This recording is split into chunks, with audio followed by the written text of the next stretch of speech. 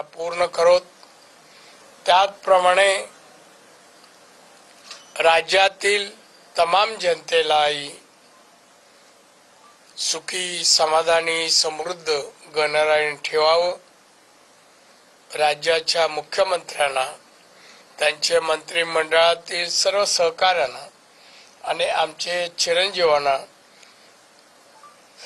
त्यांना यशस्वीरित्या हे वर्ष जावो, कारभार यशस्वीरित्या हो, यश मिळो एवढ्या शुभेच्छा त्यांना गणरायाच्या आगमनाच्या दिवशी मी देतो आणि गणरायाकडे प्रार्थना करतो की यांना यशस्वी करा। आमचा नातूही उभा आहे, दोन्ही नातू आहेत आणि त्याप्रमाणे फक्त देवाजवळ शुभेच्छाची प्रार्थना करतो। चांगल्या क्षणी कुटुंब एकत्र येणं नेहमीच चांगलं असतं। उद्धव ठाकरे आणि राज ठाकरे आज एकत्र भेटतायत, उत्सव आहे, अनेक वर्षांनी दोन भाऊ एकत्र येत आहेत। तू का अपशगुन करतोस? कुटुंब एकत्र येत आहेत दोघे, त्याचा काय संबंध आहे? अरे अख्ख्या महाराष्ट्रात असे किती बंधू एकत्र येत असतील, ते आले म्हणजे काय आहे? आम्ही आलो, आम्ही दरवर्षी येतो, त्याला मूर्त पाहत नाही देवाकडे यायला।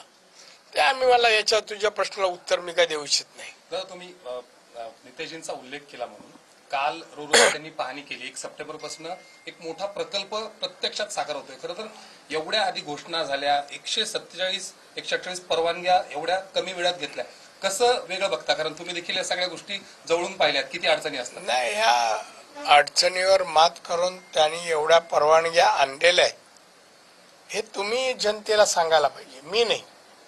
माझ्या शुभेच्छा पूर्ण त्याच्याशी पाठीशी आहेत आणि नितेश वेगवेगळे उपक्रम बंदर आल्यानंतर, पोर्ट विभाग आल्यानंतर, फिशरीज आल्यानंतर तो चालू केलाय, त्याचं तुम्ही कौतुक करायला पाहिजे।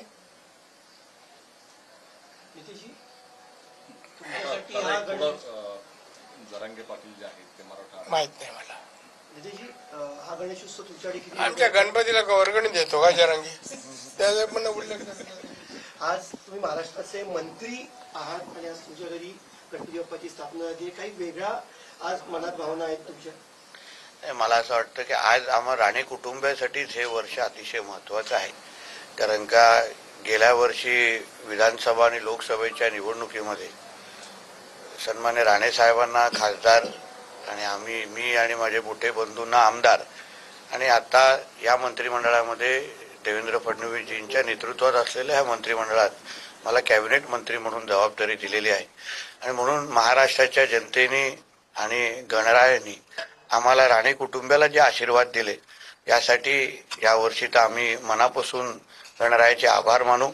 त्याचबरोबर जे काही जबाबदाऱ्या आम्हा लोकांना, आम्ही कुटुंब म्हणून कोकणाची सेवा, महाराष्ट्राची सेवा करण्यासाठी आम्हाला ज्या ह्या पदाच्या माध्यमातून जबाबदाऱ्या खांद्यावर दिलेल्या आहेत, त्या जबाबदाऱ्या आम्ही पार पाडण्यासाठी गणरायाने आम्हाला शक्ती देव, आमच्यावर आशीर्वाद देव एवढीच प्रार्थना यावर्षी मी करणार आहे।